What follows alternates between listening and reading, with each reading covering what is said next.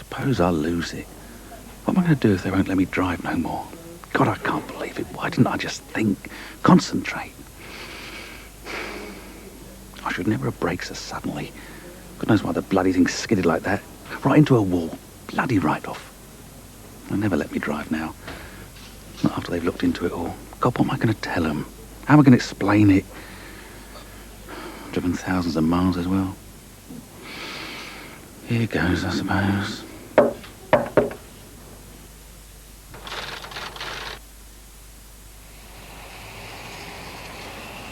Stupid bus. The only time it's on time. I'll be so late now. It'd take me 5 minutes in the car, if that. I just can't believe it's worth more scrap. Hardly ever gave me any trouble.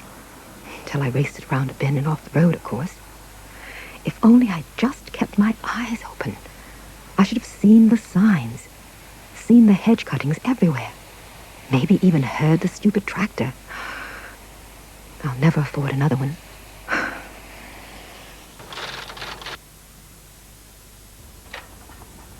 2 days to fix. I can't believe it. What is it that's going to take that long, eh? God, I'll never get all my work done now. Go and get another van, he says. Oh, yeah.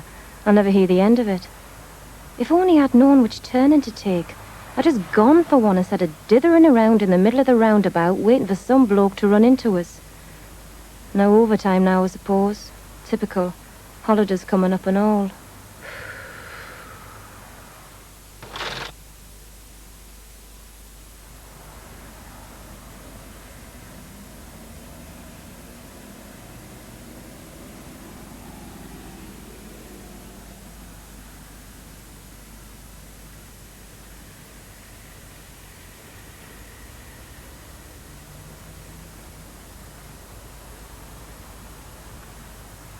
It's the bang.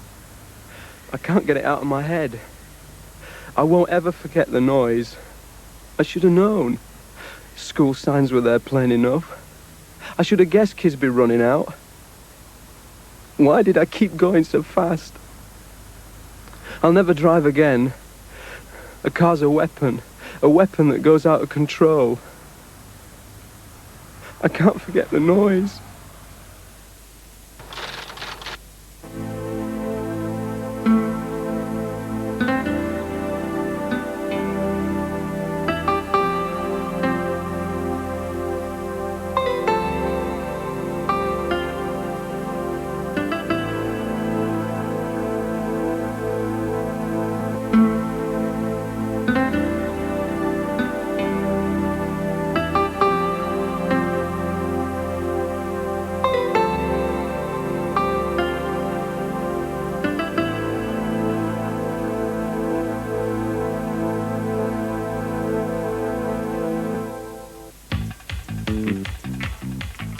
Safe driving can be achieved by reading the road. This gives you time to adjust your driving and avoid the hazards ahead. So always watch out for the clues and anticipate danger at every blind spot. This program will look at the basic clues to reading the road in different environments. Wherever you are driving, it's essential to follow the mirror, signal and manoeuvre routine. You'll then be aware of what's going on around and give other drivers enough time to see your intentions. It's just as important to keep a safe gap from the vehicle in front.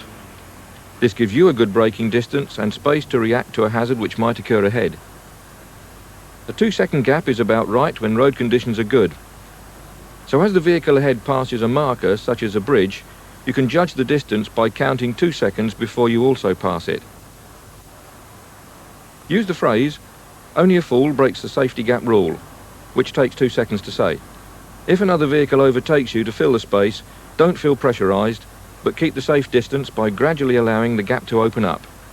In bad weather conditions, you'll need to extend the gap by twice as much. When travelling on country roads, there are lots of clues which help you read the road. Here the road bends round to the right, and the tree line shows where the road goes, even though you can't see the road itself. The hazard line also warns me that the road is bending to the left.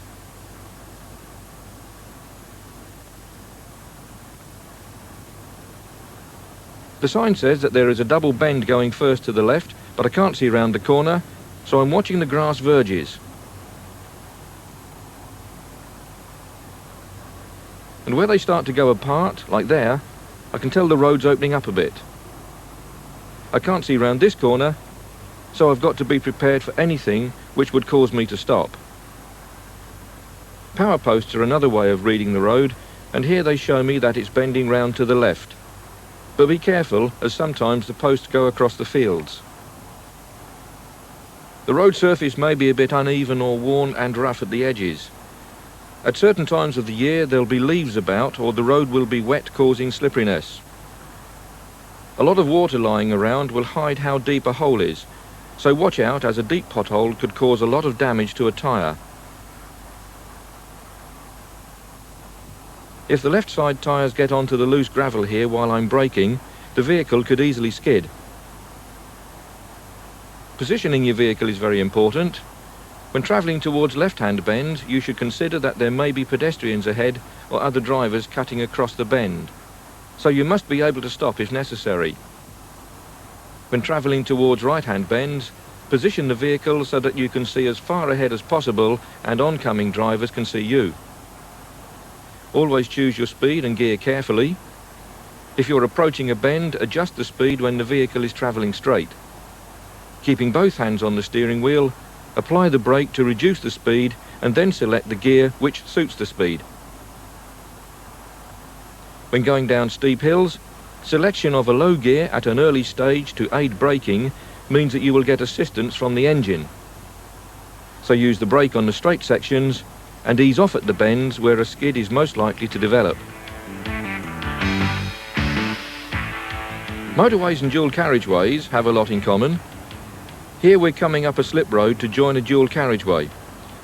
Obviously on a dual carriageway there is no hard shoulder and usually only 2 lanes. So I'm carrying out the mirror signal manoeuvre routine, and I shall need to match speed with the traffic on the main carriageway.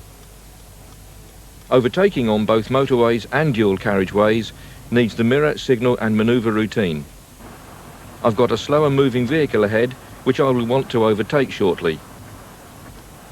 Checking in the mirror, I can see traffic behind me, so I'll indicate, let the signal operate for several seconds, mirror check again and look over my right shoulder, and increase speed as I move into the right-hand lane, so that I can match speed with the traffic in that lane.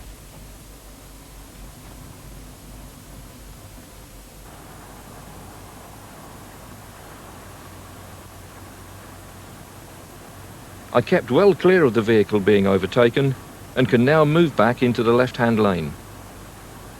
Another feature of a dual carriageway is the lay-by. Often these are close to the carriageway and with vehicles occupying them. As you don't know if a vehicle is about to move out, look out for the clues such as indicator lights, exhaust smoke, or wheels turning. Always anticipate the worst. Don't forget that doors may also be opened and people may walk around. It's important to keep a good gap in front when another road joins from the left, particularly if you can't get to the right-hand lane, so that traffic merging has enough space to join the road. This way you don't have to slow down and disrupt the driving of anyone coming up behind you. Leaving the motorway or dual carriageway needs the mirror signal manoeuvre routine. So check in the mirror and operate the indicator round about the 300 metres countdown marker.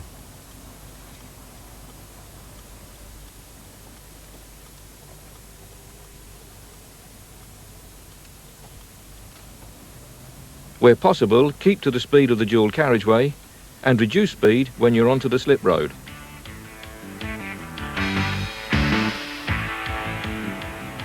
I'm travelling on a road which is subject to the national speed limit, but as it's about to change into a 30-mile-an-hour zone, it's important to make the adjustment now.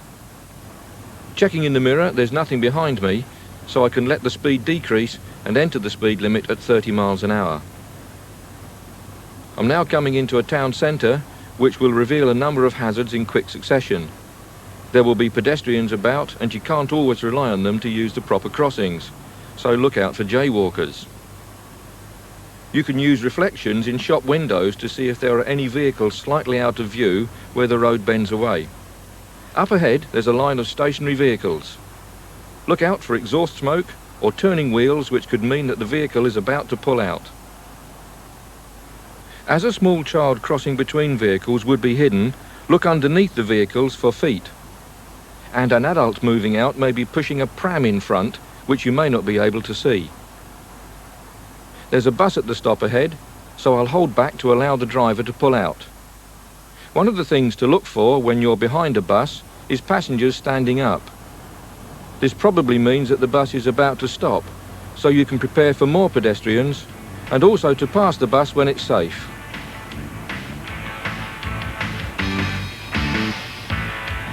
The road gives you the clues to safe driving.